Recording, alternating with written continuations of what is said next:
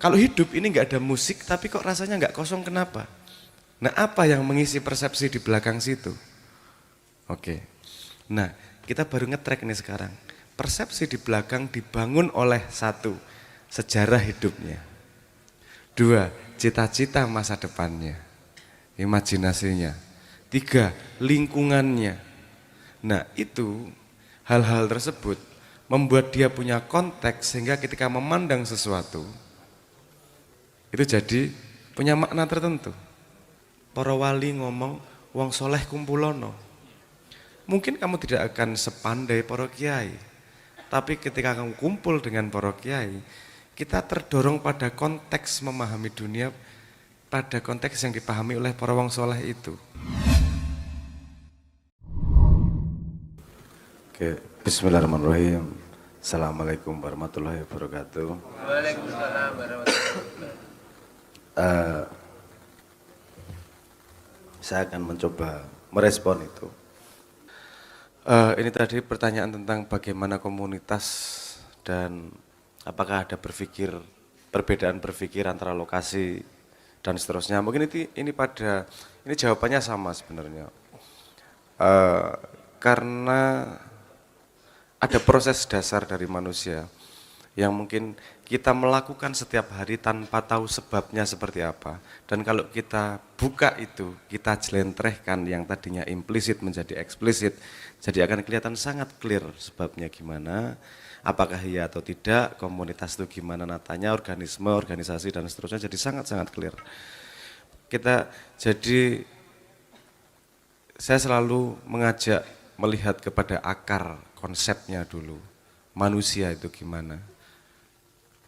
Kemudian baru kita implementasi ke atas, organisasi dan menjawab pertanyaan-pertanyaan itu tadi, organisme dan seterusnya.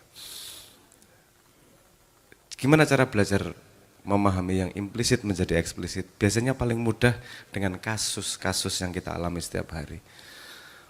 Manusia itu pasti melakukan aksi. Kita ambil contoh sederhana, aksi.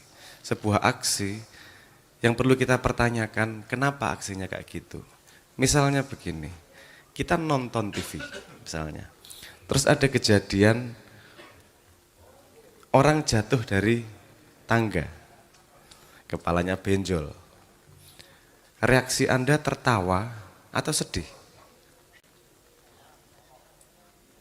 Itu bisa beda reaksi orang, tergantung musiknya.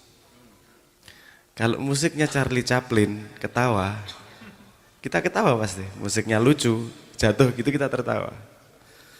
Tapi ketika musiknya dengan biola penuh dramatis, kita pasti, kenapa ini? Kok menyedihkan sekali. Kejadiannya sama persis. Yang beda cuman musiknya. Terus sebenarnya musik itu fungsinya apa sih di sini? Dalam memotret sebuah kejadian sehingga menghasilkan respon yang berbeda, menghasilkan aksi yang berbeda. Nah, ternyata dalam proses berpikir manusia itu seperti kita ngelihat gambar. Ada fokus, ada background, ada konteks untuk membuat sebuah kejadian memiliki makna tertentu. Itu kita pahami peta itu dulu.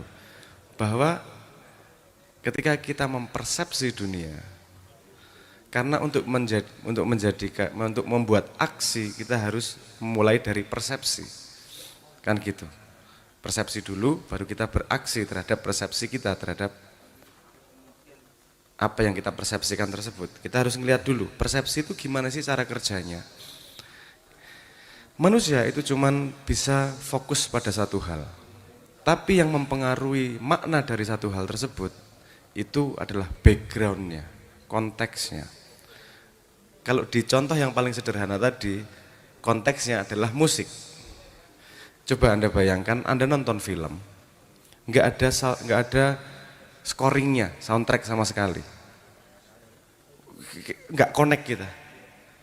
Apa tuh iki? Wow, misalnya Juk, tiba-tiba pasukan Avenger teko kabeh ning rano musik kayak gitu. Ngopo iki? Enggak terbawa ngono lho. Anyep, semuanya anyep. Kenapa? Karena ada kekosongan dalam persepsi kita. Kalau hidup ini nggak ada musik, tapi kok rasanya nggak kosong, kenapa? Nah, apa yang mengisi persepsi di belakang situ? Oke. Nah, kita baru nge-track nih sekarang.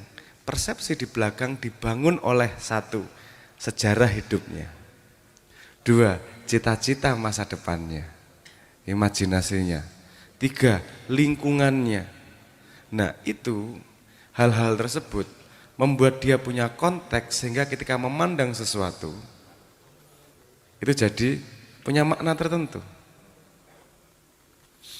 Kalau pengalaman hidupnya, dia setiap sebelum ujian atau ujian PNS misalnya dia sholat rajin, ketika dia ngelihat orang sholat, jaluk apa ki? Apakah orangnya jaluk? Enggak. Yang membuat dia punya makna itu karena konteksnya dia sendiri yang dia bawa ke situ. Siapa yang ngomong ya? Imam Ali kalau nggak salah. Ya ngomongnya gini, kalau kamu ngomong sesuatu itu justru menunjukkan dirimu lebih banyak daripada kamu menunjukkan orang lain. Ketika kau ngejek orang lain, itu justru kamu membuka dirimu sendiri. Bukan kamu jelekin orang lain tersebut. Kenapa? Karena komen orang itu menunjukkan konteks yang dia miliki di kepalanya. Bayangkan ketika Simbah ngomong misalnya yang kemudian dihujat se-Indonesia.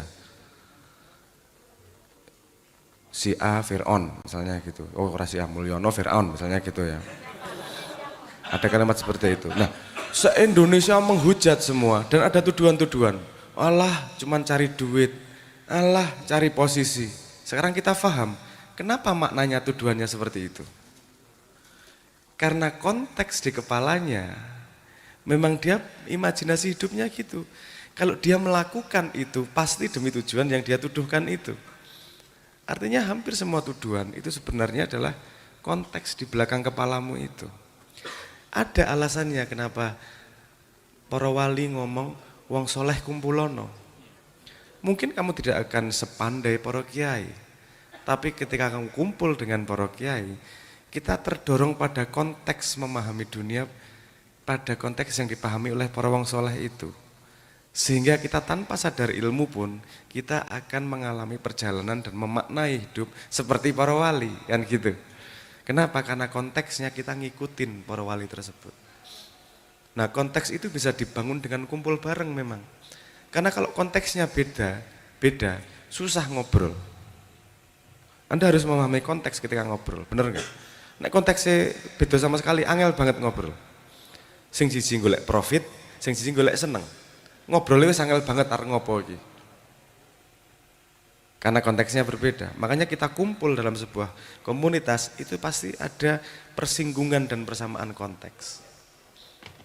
Nah, sekarang yang kedua, yang sampai sini, sampai penjelasan ini, pertanyaan kedua sudah terjawab. Apakah lokasi membuat cara berpikir orang beda? Pasti, karena lokasi dia hidup memberi konteks yang berbeda. Analogi-analogi yang dia miliki juga berbeda. Dia dari orang tua mana, dari lingkungan mana, dari pengalaman apa, itu sangat mempengaruhi pemikiran. Bukan pada produk pemikirannya, tapi pada konteks yang dia miliki. Karena orang yang pandai, orang yang cerdas, yang matang, itu orang yang mampu membedakan mana konteks, mana objek yang dia lihat. Sehingga dia bisa melepaskan pengaruh itu yang namanya objektivitas. Dia tidak terpengaruh oleh konteks implisit yang dia miliki. Gimana cara memahami orang lain? Misalnya ono kalimat ngene iki. Sopo yo? Ono artis sing ngomong, yo kalau nggak mau miskin ya jangan miskin. Iki kalimat asu iki. Ora tau ngrasake miskin ya gue. Ya kalau nggak mau menderita ya jangan miskin. Kenapa? Karena dia tidak pernah memiliki konteks. Ngerasake ngelih kira tahu.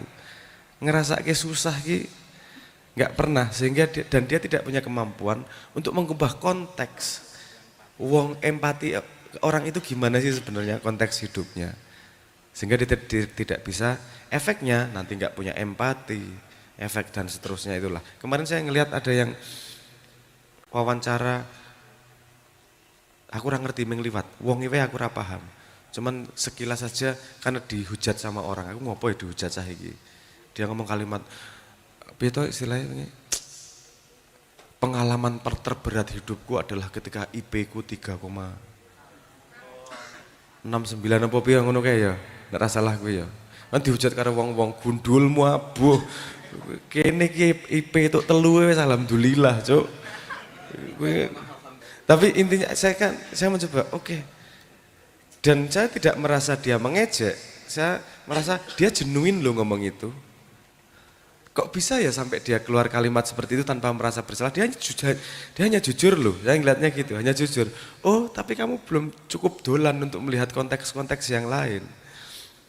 Banyak cah-cah kuliah itu yang tidak punya waktunya, tidak hanya digunakan untuk kuliah. Kene yo kudu mbayari kos, golek duit, yo kudu mumet ngurusi ngewangi macem-macem sehingga itu IP 2,5 wis oh lumayan, yang penting lulus ngono. Nah, kembali lagi maksud saya kita harus bisa membedakan munculnya makna dari sebuah objek itu tidak hanya dari objeknya itu, tapi dari konteks yang membelakanginya.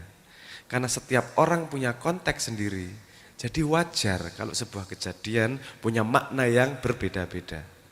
Orang yang banyak omong dan memaksakan makna pada sebuah kejadian, itu sebenarnya menunjukkan konteks dia itu seperti apa jane, kan gitu. Paham ya maksud saya ya? Kita agak membedah ini sedikit. Yang tadinya kan kita otomatis gitu berpikir. Jadi Anda kalau melihat sebuah kejadian terus Anda punya pendapat, ini mesti ngene iki. Anda backtrack ulang.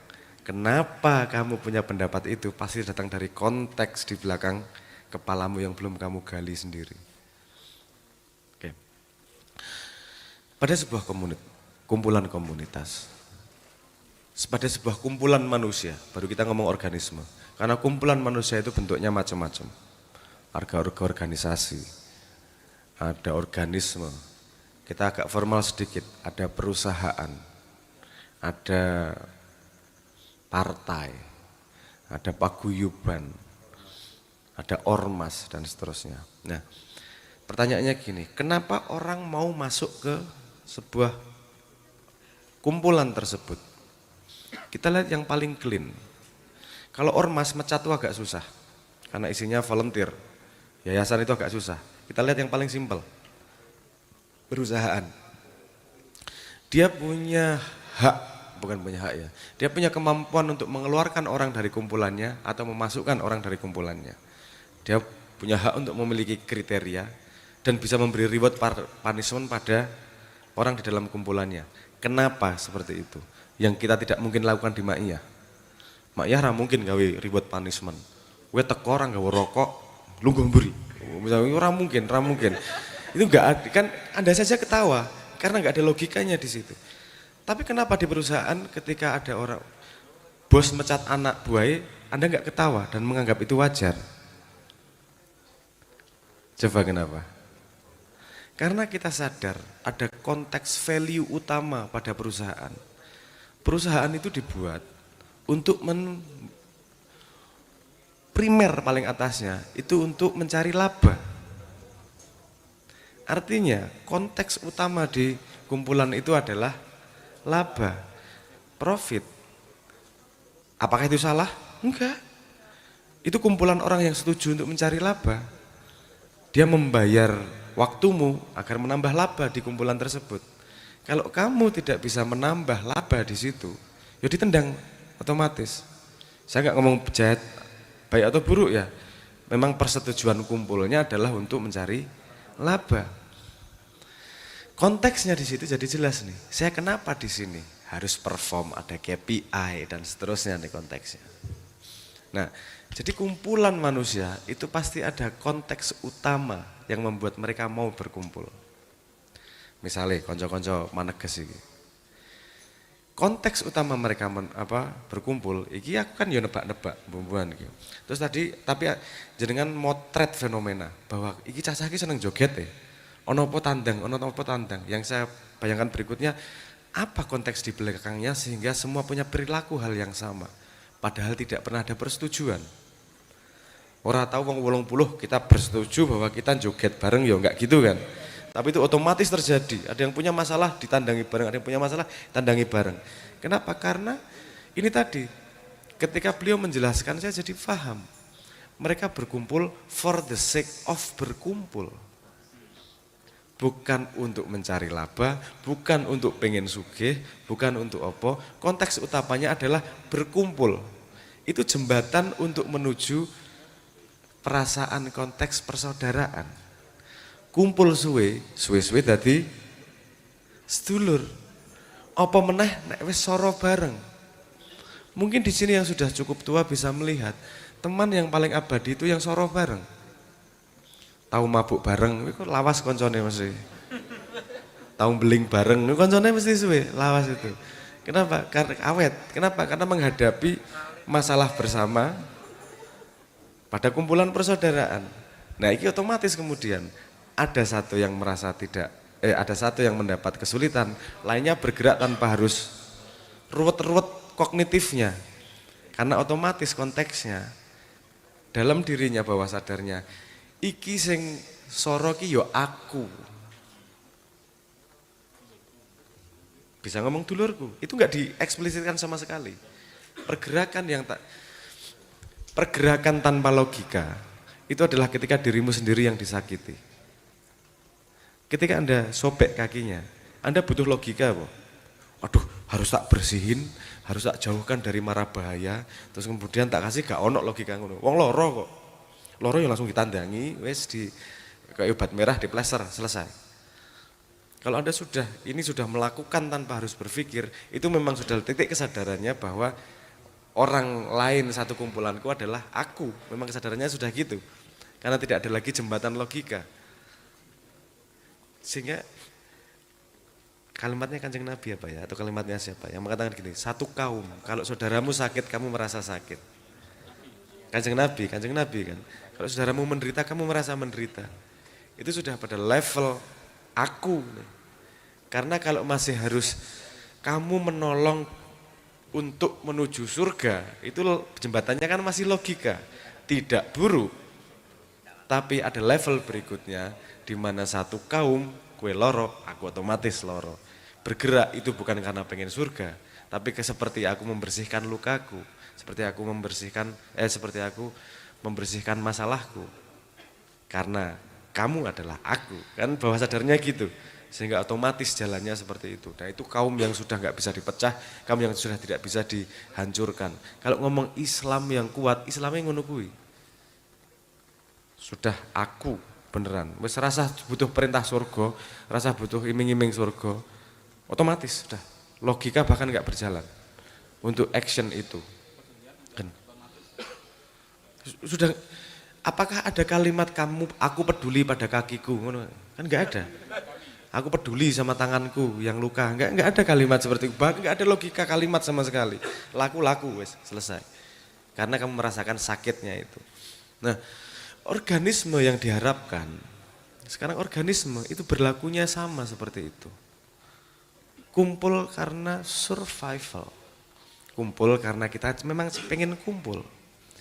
Nanti kemudian muncul sendiri otomatis itu.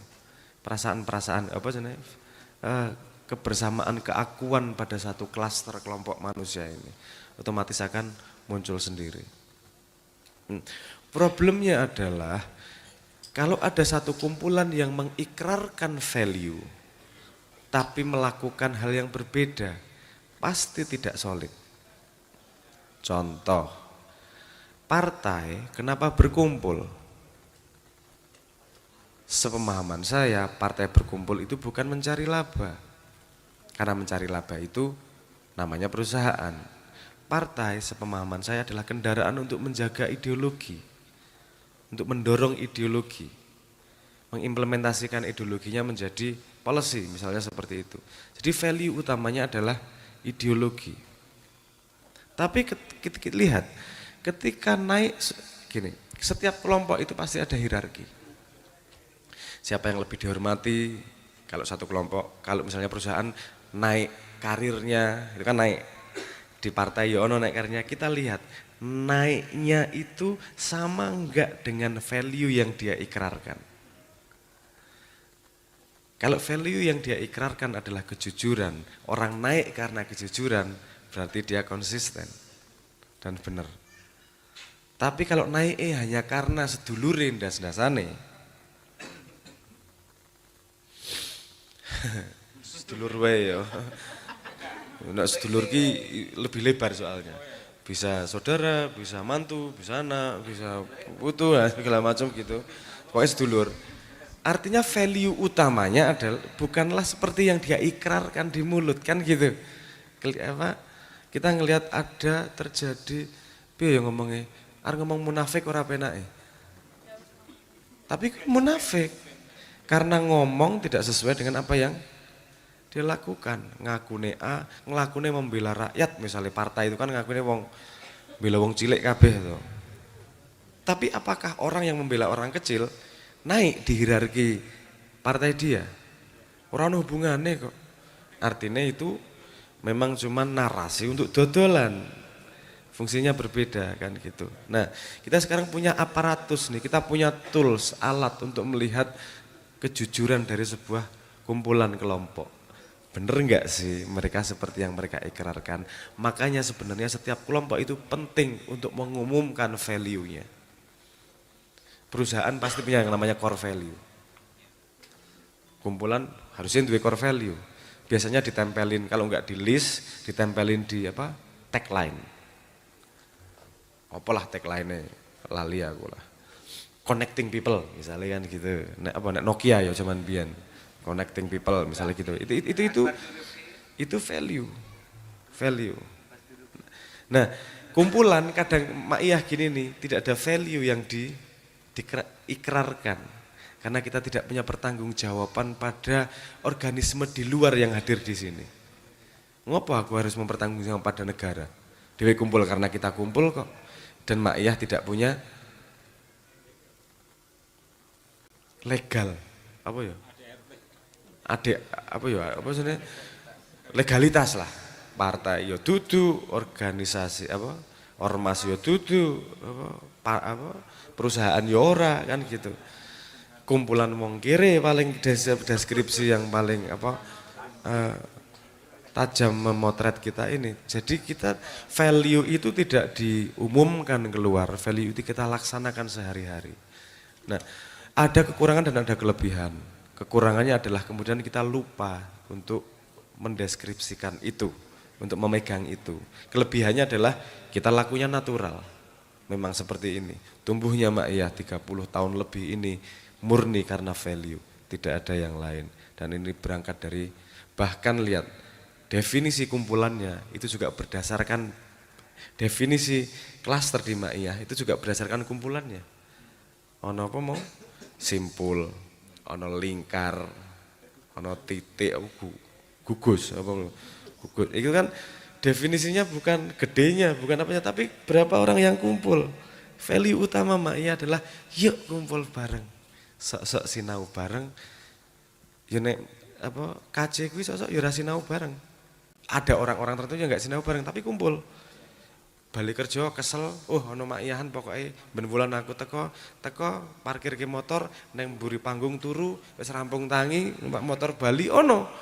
Aku ora paham tadinya iki ngopo to wong iki jane. Apa yang dia cari? Tapi dia melakukan itu tiap bulan demi bulan demi bulan. Istiqomahnya itu tidak mungkin kalau tidak mengandung value yang sangat dia pegang. Dan aku kok waktu itu lama nggak paham, apa to iki jane. Tak jak ngobrol kemudian, ngopo ya pengen ngene. Ya pokoknya ayam. Orang yang tak baleni ngomah setiap bulan. Dan butuh sebuah kestabilan. Ada rumah yang dia pulang di antara kerasnya ibu kota. Tapi kita balik ke poin itu tadi, paham maksud saya. Artinya kita bisa urut dari bawah. Bagaimana manusia mempersepsikan sesuatu itu nggak otomatis loh, itu bisa dikontrol. Kalau selama ini masih otomatis, artinya kita belum membuka. Dengan yang kita obrolkan ini, kita punya metodologi itu membuka. Bagaimana cara berpikir, bagaimana objektif, bagaimana menilai orang lain, menilai kumpulan, bagaimana menggauge, mengetes sebuah kumpulan dan seterusnya. Semoga ini jadi fondasi yang bermanfaat untuk jenengan melihat diri Anda sendiri maupun menavigasi di dunia nyata. Matur nuwun.